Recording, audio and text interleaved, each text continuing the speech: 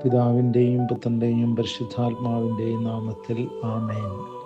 സ്നേഹസാന്ത്വനം ശുശ്രൂഷയിലേക്ക് എല്ലാവർക്കും സ്വാഗതം.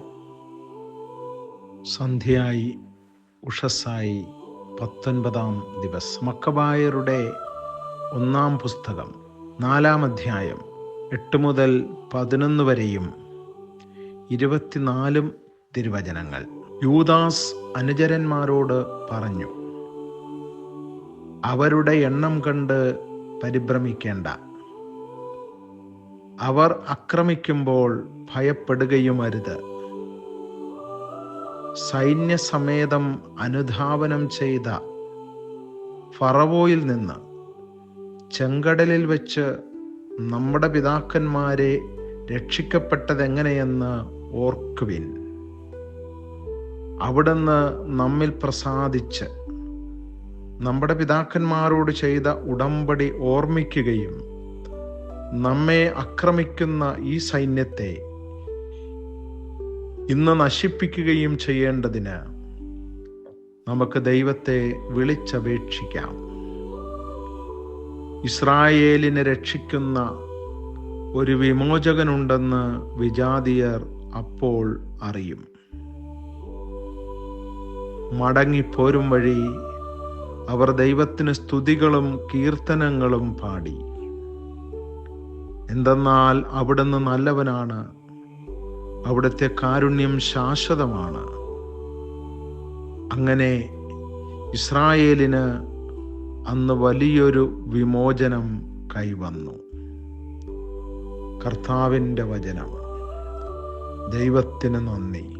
സ്നേഹിതരെ, ഇസ്രായേലിൻ്റെ ചരിത്രത്തിൽ മർദ്ദനമുറകൾ കൊണ്ട് ഇസ്രായേൽ പീഡിപ്പിക്കപ്പെട്ടപ്പോൾ ദൈവം ഉയർത്തിക്കൊണ്ടുവന്ന വിശുദ്ധ പൗരന്മാരായിരുന്നു മക്കബായർ. യൂദാസ് അതിൽ പ്രധാനിയായിരുന്നു. മക്കബായർ ദൈവത്തോട് വിശ്വസ്തത പുലർത്തിയവരാണ്. തങ്ങളുടെ മേൽ അടിച്ചേൽപ്പിക്കപ്പെട്ട അവിശുദ്ധ ആചാരങ്ങൾക്കെതിരെ അവർ പടപൊരുതി ശത്രുവിൻ്റെ മേൽ അവർ വിജയം നേടി. വിഗ്രഹ ആരാധകരെ പ്രോത്സാഹിപ്പിക്കുന്ന വിജാതീയ ആചാരങ്ങളോട് സന്ധിയില്ലാത്ത സമരം ചെയ്ത് ദൈവത്തോട് വിശ്വസ്തത പുലർത്തി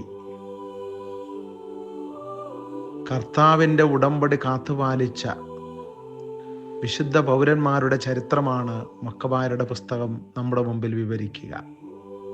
അഴിഞ്ഞാട്ടങ്ങളിലും ആഭിചാരങ്ങളിലും അഭിരമിക്കുന്ന ദൈവജനത്തെ അതിൽ നിന്ന് മോചിപ്പിച്ചെടുക്കാൻ കാലാകാലങ്ങളിൽ ദൈവം ഇടപെട്ടിട്ടുണ്ട്. രക്ഷാകര ചരിത്രത്തിൽ നാം അത് മനസ്സിലാക്കുന്നു.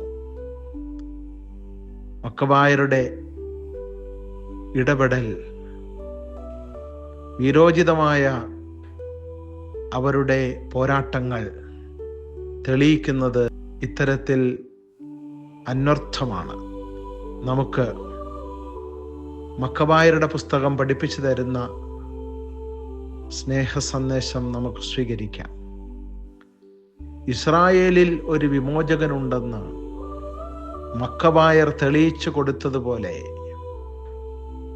നമ്മുടെ വിശ്വസ്തതയ്ക്ക് പിന്നിൽ, നമ്മുടെ പ്രമാണങ്ങൾക്ക് പിന്നിൽ, നമ്മുടെ ഉടമ്പടിക്ക് പിന്നിൽ ശക്തനായ ദൈവമുണ്ടെന്ന് നമ്മുടെ ജീവിതം കൊണ്ട് നമുക്ക് തെളിയിക്കാം. നശ്വരമായ അനുഗ്രഹങ്ങളുടെ പുറകെ പോകാതെ അനശ്വരതയ്ക്ക് വേണ്ടി ആരാധന അർപ്പിക്കുവാനുള്ള കൃപയാവട്ടെ മക്കബായരുടെ ഗ്രന്ഥം നമുക്ക് നൽകുന്ന സന്ദേശം. ഈ സന്ദേശം ഉൾക്കൊണ്ടുകൊണ്ട് ദൈവത്തിനുള്ള ആരാധനയിൽ മായം ചേർക്കാതെ വിശ്വസ്തയോടുകൂടെ നിലകൊള്ളുവാനുള്ള അനുഗ്രഹം വിശുദ്ധ വചനങ്ങൾ നമുക്ക് നൽകട്ടെ. അങ്ങനെ സ്വർഗത്തിൻ്റെ ദൈവം നമ്മുടെ മേൽ അനുഗ്രഹ സാന്ത്വനമായി ഇറങ്ങി വരട്ടെ. ആമേൻ. നമുക്ക് പ്രാർത്ഥിക്കാം. സൈന്യങ്ങളുടെ ദൈവമായ കർത്താവേ, വിജയം നൽകുന്ന യോദ്ധാവ് അങ്ങാണല്ലോ. അങ്ങയുടെ വിമോചനമാണല്ലോ ഞങ്ങളുടെ വിജയം. അങ്ങയുടെ ചട്ടങ്ങളും പ്രമാണങ്ങളും കാത്തുപാലിച്ച് വിശ്വസ്തതയുടെ പടച്ചട്ടയും ദൈവവചനത്തിൻ്റെ ആയുധബലവും കൊണ്ട് കൃപയുടെ അനുഗ്രഹ സാന്ത്വനം അനുഭവിക്കുവാൻ ഞങ്ങൾക്ക് ഇടയാകട്ടെ. ആമേൻ. പിതാവും പുത്രനും പരിശുദ്ധാത്മാവുമായ ത്രിത്വൈക ദൈവം നിങ്ങളേവരെയും സമൃദ്ധമായി അനുഗ്രഹിക്കുമാറാകട്ടെ. ആമേൻ.